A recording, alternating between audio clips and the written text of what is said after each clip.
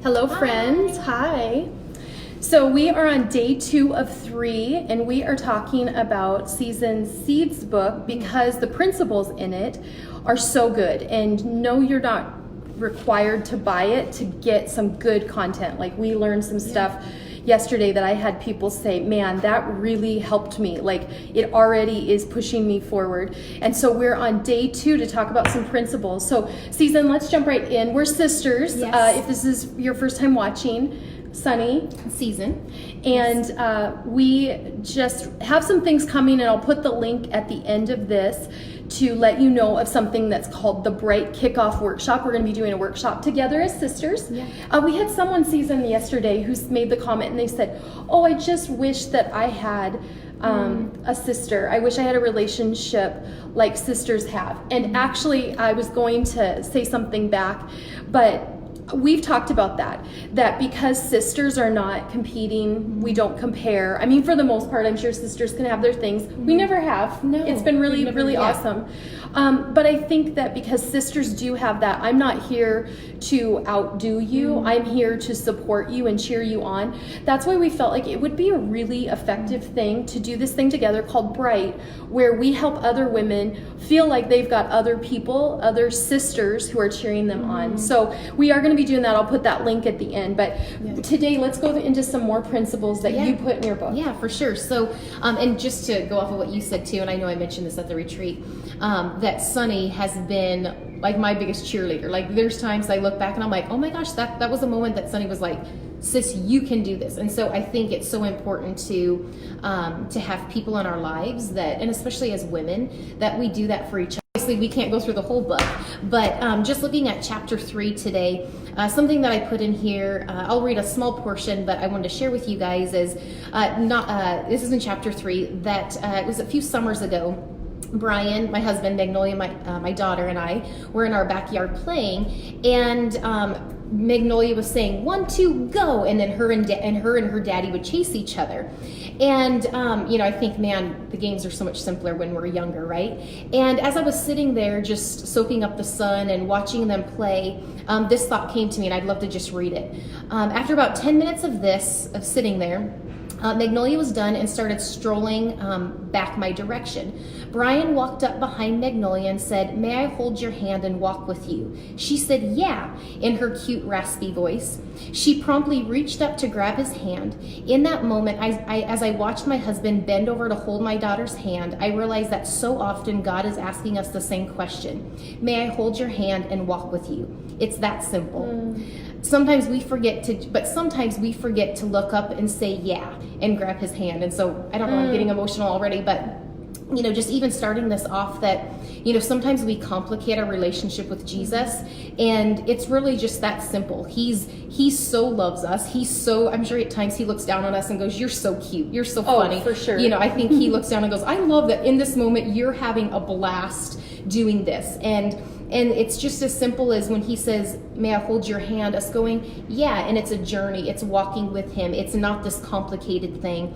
And so I guess I share that with you guys to just say, I don't know where you're at in your walk with Jesus, and maybe you've known him for years, or maybe this whole Jesus thing is so new to you, but it's really that simple. And I think sometimes we do overcomplicate it. So good. And I think really what you're saying is that he is always offering his hand. Yeah. And we sometimes we don't schedule it in to hold his hand. Yeah. And I just left staff meeting kind of in a hurry because I went, oh my gosh, it's noon, but I just left staff meeting and we were giving our personal and our professional goals for the next 4 weeks. Wow. So 4 goals for 4 weeks, and 2 of them that we're really focused on is professional and personal. Wow. And everyone put something they were working towards, and I heard this a lot. I need to structure, plan, and I need to put it like in a calendar and organize it. And I thought, and I left the meeting thinking and saying, if we would schedule God into our calendar like we'd schedule in an appointment, a doctor's appointment, soccer practice, I think we would do better. And because he's going, hey, I'm offering my hand any moment of any day, and we say, okay, cool, then how about God, we meet at 10:30 on Thursday and we meet at 6 p.m. on Friday. Like, what if we just did that? And so love that. Okay, the next part of your book. So I totally took this from my sister's book, Jesus Plus Life book, which if you don't have, you want to get. It's really good.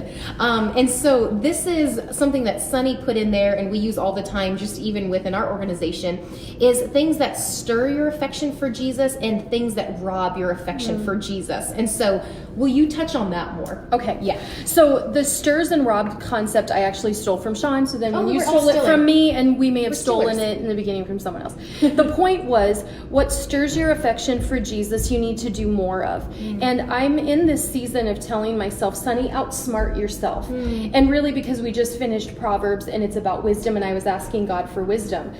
He can give me wisdom to go, you got to outsmart yourself, because Sonny, you and your own way of thinking, you're not going to do the things that make you better or put more of those on your schedule. You're just going to get through the day and fall into bed. So how do I outsmart myself, and how do I get closer to Jesus by finding out what stirs my affection more? So Interesting is so many times we think, okay, in order to be full of Jesus and joy and love people, and that's just the overflow of our life, that we have to be like on our knees praying for an hour or two. It's not. I believe that Jesus loves that when we do things that fill us. If that means spending time with our family, having an afternoon that we go shopping, that we go golfing, that we go boating, like those fill us. It doesn't have to be that we're just like in our word all the time. Because I know when I do things that stir my affection, I'm like, oh my gosh, I feel lighter, I feel more creative, I feel more full of Jesus, I love people more. So here's what I put for an example. 5 things that stir my affection for Jesus. Quiet time. So that's really just sitting and like by myself with my journal, with my notebook, with my app. Quality time with my family. That's just, if it's time with Sonny, that we take an afternoon or a couple hours and go to lunch in TJ Maxx, like that stirs my affection. Attending conferences. I feel like when I go to conferences, I come back and I'm like, I want to do this, I want to start this, I want to implement that. Reading books, that really stirs my affection. And going to church. That might sound kind of cliche, but I feel like on Sundays I walk out, I'm like, I'm ready for the week. You know, let's talk about going to church, because I rarely do. Because I know that church doesn't make me a Christian. Church doesn't make me a Jesus person.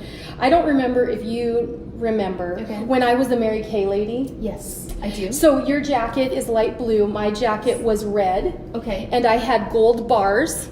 And I had gold medals that hung off my bars. I looked like I was in some crazy militia, and I was so proud of my red jacket.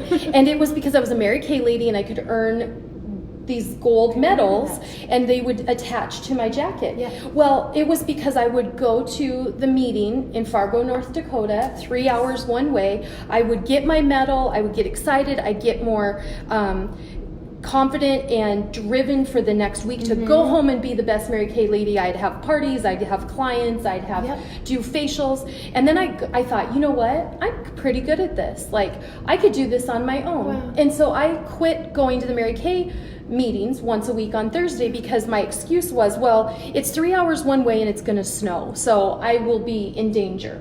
So I quit going, and after 1 month, and I almost had my red car earned, not my pink car. I probably in college would have declined the pink car because I was too cool, but I had the red car almost earned. And after 1 month, so 4 weeks of missing the Thursday nights, my sales dropped. I wasn't doing parties consistently. By week 4, I did no parties, which that's how you generate money. Nobody had signed up, and I didn't get to earn my car. And this always stuck with me. There is this concept that if you go to church, does that really make you a Christian? No. I was still a Mary Kay lady, even though I wasn't at the meetings. It didn't take my red coat away, and it didn't make me not a Mary Kay lady. But it didn't help me to go to the next level. And I thought, if we could connect that with church attendance, you will just lose momentum when you're like, oh, I mean, soccer season, it took me out for 6 months. well, then we wonder, why do I feel dry? Well, yes, you can have Jesus time on your own, but like you put, going to church stirs your affection for Jesus and for more of Jesus. So find a local church where you are, engage with people that push you to that next level, because it is important. It's very important. And then 5 things that rob, I'll give my 5 things that rob my affection for Jesus. Junk food, even though in the moment it tastes amazing, junk food makes me feel terrible, and not just in about my body, like I immediately feel like I gain weight, like in the second like I've gained pounds. I'm not just feeling like it robs my affection for Jesus because I feel bad about myself, although that happens. It's that I feel bad in myself. It physically makes me feel bad, then I get cranky and I'm very moody for the rest of the day. I think it's just because I feel fat. It literally has affected chemicals in my brain, and it affects me. So I go, that is something that the domino effect is, I don't feel as close to Jesus because I just get consumed with myself and I get cranky. So I have to know, am I willing to just rob my affection for Jesus in life because junk food's that important? Social media, too much of it, or the wrong people that I follow can do that. Comparison robs my affection.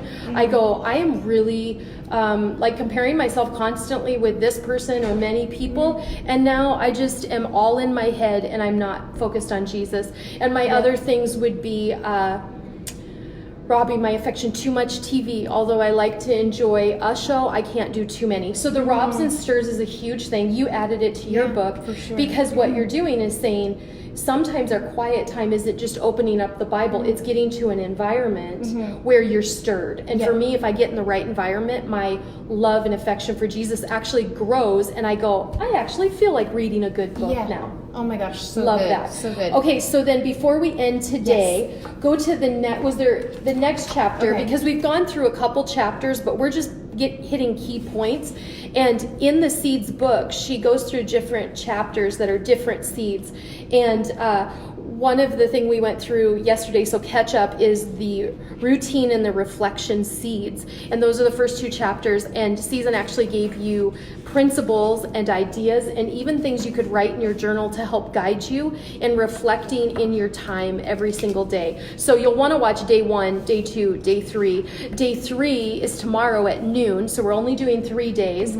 But these 2 days so far is how to get started, how to outsmart yourself, how to have reflection. And then one of the seeds is, you talked about in chapter 5, the identity seeds, which really, when we talked about comparison, gosh, identity, having faulty thinking about yourself and comparing yourself can really rob your affection and can really change even your quiet time with God. I totally think it can. And I know we won't spend too much time on this, but going off that, I think for women and for men, it's so easy to get caught up in, well, my identity's wrapped up in what I have, what I don't have. And I think about, like I even put on here, God, I pray that I would see myself through the lens of what your word says about me, not through the lens of the lies I've chosen to believe. And I think so often we can look, as couples, we can look at another couple and go, oh my gosh, like, how do they have a house that's that large? How do they drive those vehicles? How do they,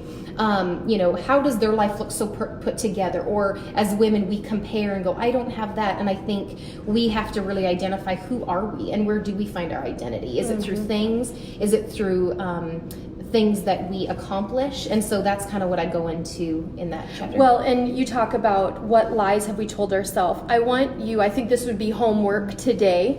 And this, I mean, we're not talking about my Jesus Plus Life book, but I do talk about in my Jesus Plus Life book about what phrase reigns king in your life. What is a lie or a phrase? So I always would tell myself I'm lazy. And that turned me into a workaholic, which when you're a workaholic and you have children, that is a very volatile, dangerous thing. It's dangerous for your marriage if you're a workaholic. So, but that workaholic problem didn't come from, I just want to choose to be this way. It came from, I'm so fearful to be lazy. And that would be the worst thing I could be, is to be lazy. And so I wore that phrase and it was like king in my life. And I would put that on daily. Or maybe your phrase would be, you're the chubby kid. And so you're 30 years later, you're not a kid, you're not chubby, or if you are, like, okay, I'm not the weight I always wanted to be, but that's the phrase that you wake up and you say, I'm the chubby kid. Like, that is volatile. That's Oh my dangerous. gosh. And when Yeah. you talk about identity seeds, a thing that can rob your affection for Jesus and make you not want to like hear from him and read about him and spend time with him could really just be that you have this crazy phrase that's reigning in your head that's keeping you from Jesus. It's a wall. And so what is that phrase? Maybe identify that. Maybe determine that you're going to write that down in a prayer journal today, tomorrow, and then scratch through it. Like, I'm gonna take that off, and then begin to write the things that you know are true about you. And the Bible says that your identity in Jesus is just how he wanted it to be. And I think that could be a good homework assignment for today. I love it. Totally. Yeah. So share this video. We'd love for you to connect this with people we don't know that maybe. I saw last night there were 1,000 views of this. So like, if there's 20 some people on right now, 1,000 people watched by last night, just yesterday's, and you can go back and watch that. We'll have it on our Facebook feed, but also on Jesus Plus Life YouTube channel, and we will also put these 3 on there. And we just want you to connect with others, and maybe it's connecting dots, and they are, or you are going, I never knew that just that daily time could really shift and change me forever. And it really can. And Season wrote this book. I'm so impressed that she put into words the things I've seen her walk out for years and years. And like we said yesterday, and you can go back and watch if you didn't see it, do you have a plan, and do you put in your calendar 3 days this week, that, and 3 days reoccurring, that those are times you're going to set aside for a 20-minute or a 30-minute appointment with God, appointment with doing the principles we've talked about the last 2 days. So thanks for being with us. We'll put the link to our Bright Kickoff event. We will, I should tell them you can get the Seeds book at the Exchange in De Pere if you're local, or at Life Church on Sundays. We have them both places. And we're going to get it on Amazon. Yeah. We're gonna work towards that. So thanks for being with us. Hope that this did something. So hi, we're saying hi now to all the people that have been on, and we will see you tomorrow at noon. Love you guys. Bye.